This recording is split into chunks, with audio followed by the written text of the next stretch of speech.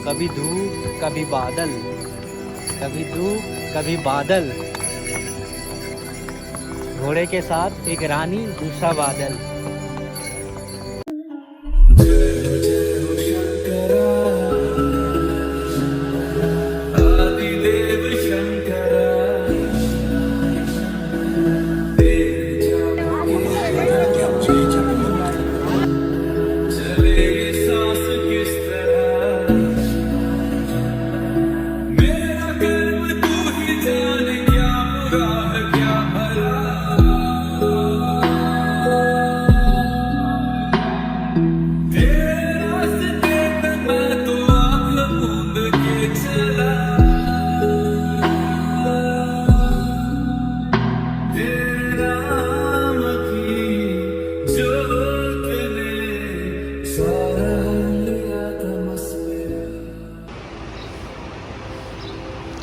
Hello good morning my lovely people, good morning from Sonprayag.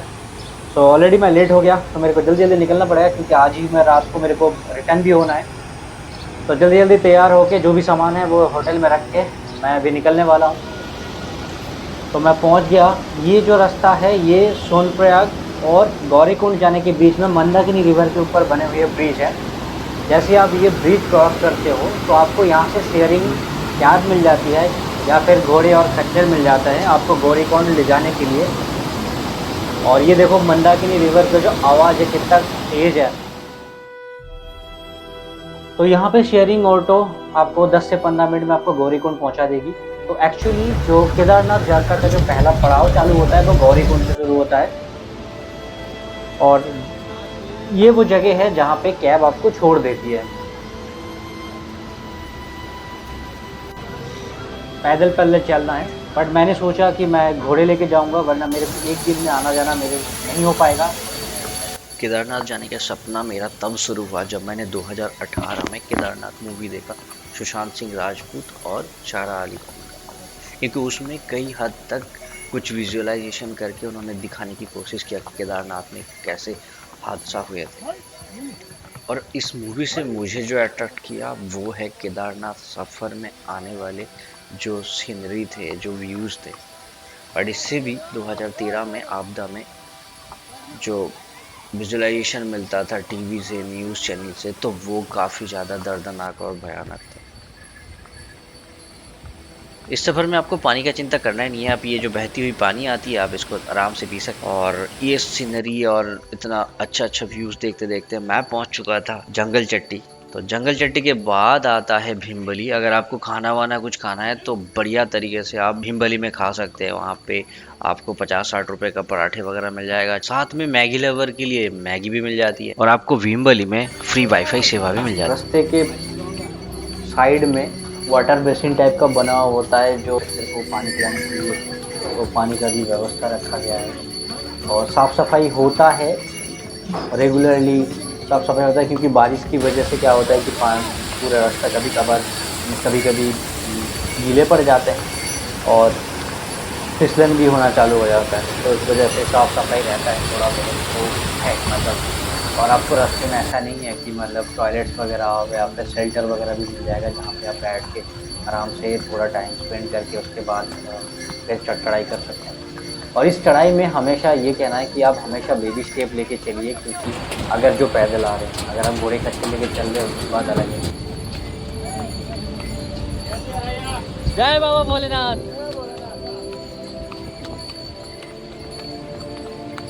मौसम change हो रहा है क्या उधर का? हाँ वही रेनकोट हाँ रेनकोट है।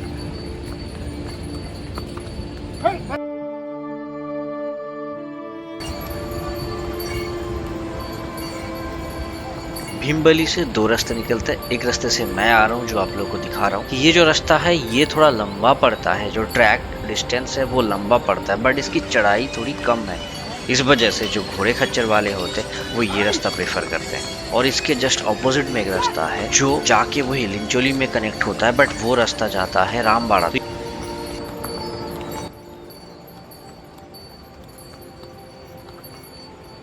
यही वो रामबाड़ा शहर है जो 2013 में सबसे ज़्यादा तबाही झेला है। क्योंकि केदारनाथ के बाद ये जो रामबाड़ा शहर था वो यहाँ पे सबसे ज़्यादा लोग बसते थे। इवन जितने पर्यटक आते थे वो यहाँ पे रुकते। तो इसी वजह से केदारनाथ पे जो फोर्स था, पानी का फोर्स मलबे के साथ, वो यही शहर झेला है।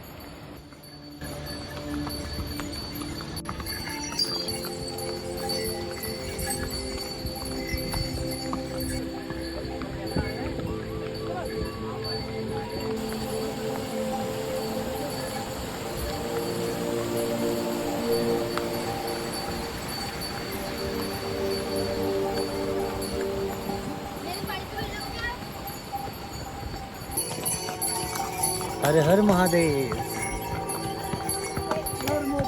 हर हर मोदी।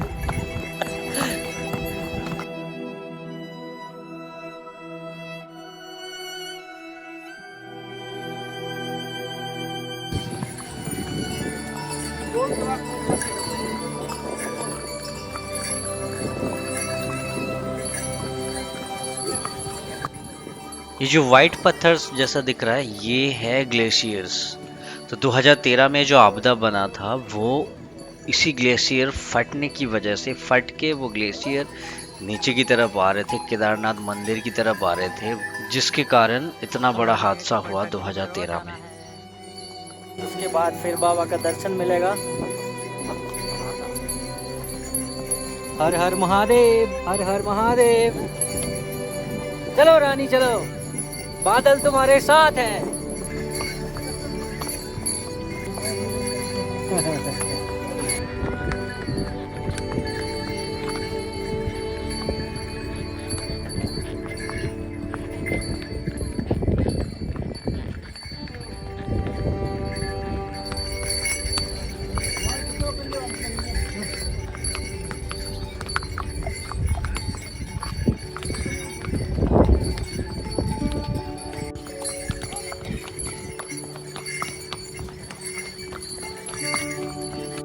घोड़े ने 1.5 किलोमीटर पहले छोड़ दिया। अब 1.5 किलोमीटर फिर पैदल जाना पड़ेगा।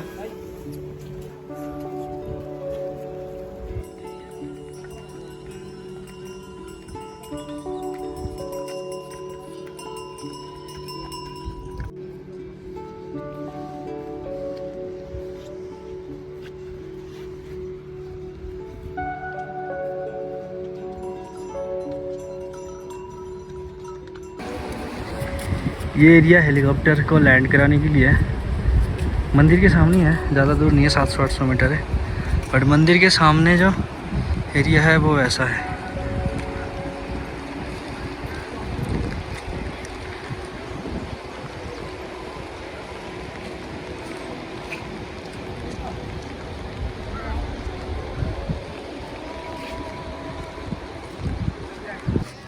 भोलेनाथ शंकर जय बाबा।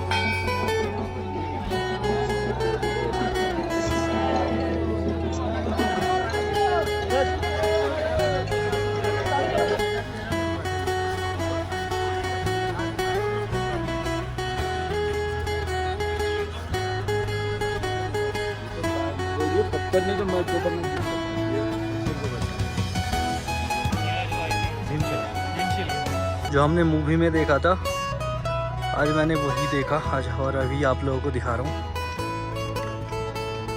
बहुत ही यात्री आए हुए हैं देखने के लिए, तो पहले से तो कम है।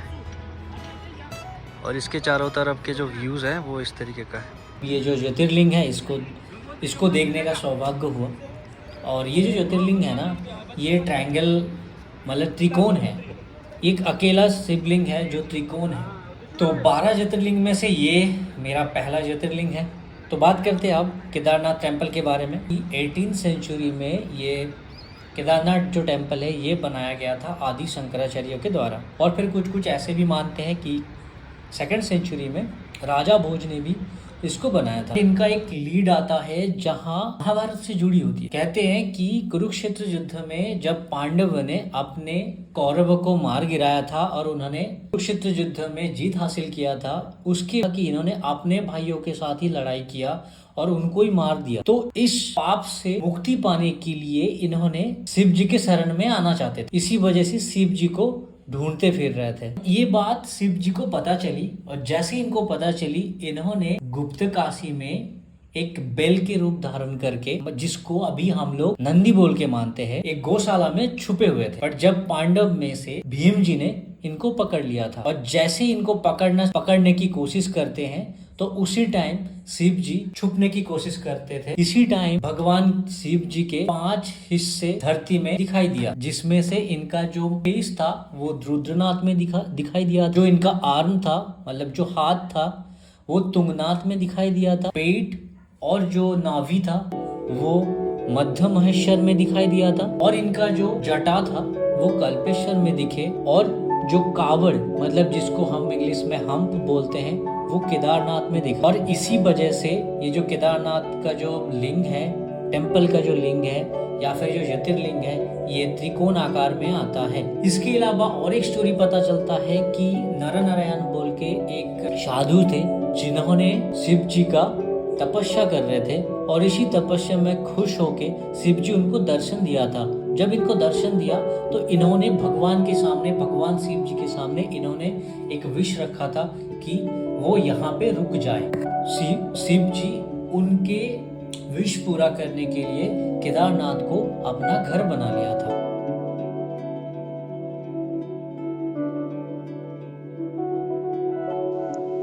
मेरे सामने जो रास्ता दिख रहा है, ये रास्ता केदारनाथ यात्रियों के लिए 2013 तक हुआ करता था, बट वो आपदा के बाद उधर वाले जो रास्ते हैं वो टोटली ख़त्म हो गया था। उसके बाद से नया रास्ता बना दिया गया था और अभी जो रास्ता है, जो ट्रैक एरिया है, वही नया रास्ता है। और जिस दिन मैं वहाँ पे था, केदारनाथ पे था, उस दिन सुबह से लेके शाम तक वेदर कंडीशन अच्छा ना होने की वजह से हेलीकॉप्टर सेवा बहुत ही कम था। बट शाम के टाइम जब मैं नीचे उतर रहा था तब हेलीकॉप्टर फिर से चालू होने लगे, तो कुछ यात्री फिर आना जाना करने लगे। हेलीकॉप्टर का जो सेवा है वो 3 जगहों पे होता है और वो डिपेंड करता है वेदर कंडीशन के हिसाब से। अगर वेदर कंडीशन अच्छा होता है तो हेलीकॉप्टर उड़ती है, नहीं तो नहीं उड़ती।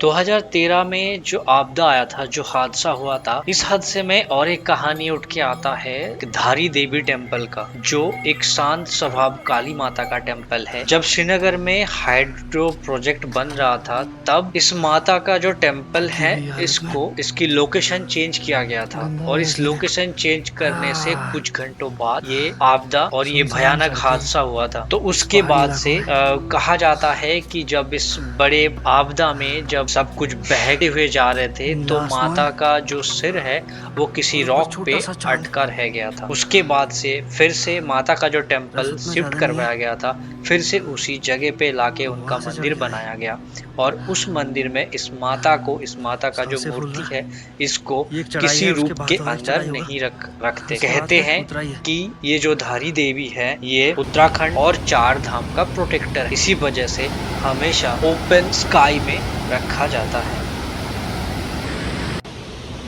तो गाइस फाइनली अभी टाइम हुआ है 12:20 के करीब। तो अभी पहुँचे प्रीपेड काउंटर, घोड़ा खच्चर वाला, देख सकते हो। बट हाँ, दिक्कत यह है कि गौरीकुंड से सोनप्रयाग तक हमें गाड़ी मिलेगी या नहीं मिलेगी। नहीं मिलती है तो मुझे फिर रुकना पड़ेगा। ये वही पुल है जो मॉर्निंग में यहाँ से गए थे फिर कैब लेने के लिए गौरीकुंड से, तो फिर से वही सोनप्रयाग वाली पार्किंग में जा रहे हैं। तो ये सारे कार वगैरह खड़े हुए हैं। फिर से 3-3:30 बजे इनका फिर ऊपर जाने का टाइम स्टार्ट होगा। पानी का बहाव इतना तेज़ है ना, ठंड लगने लगा एकदम, बट थोड़ा पेनफुल है बट माइंड फ्रेश कर देने वाला यार भगवान है। अब उनको देखने जाओगे आसानी से थोड़ी ना मिलेंगे वो, है कि नहीं? ये तो है भाई, थोड़ा मेहनत करो, भगवान इतना सब कुछ करते हैं तो थोड़ी कष्ट तो हम भी उठाए उनके लिए।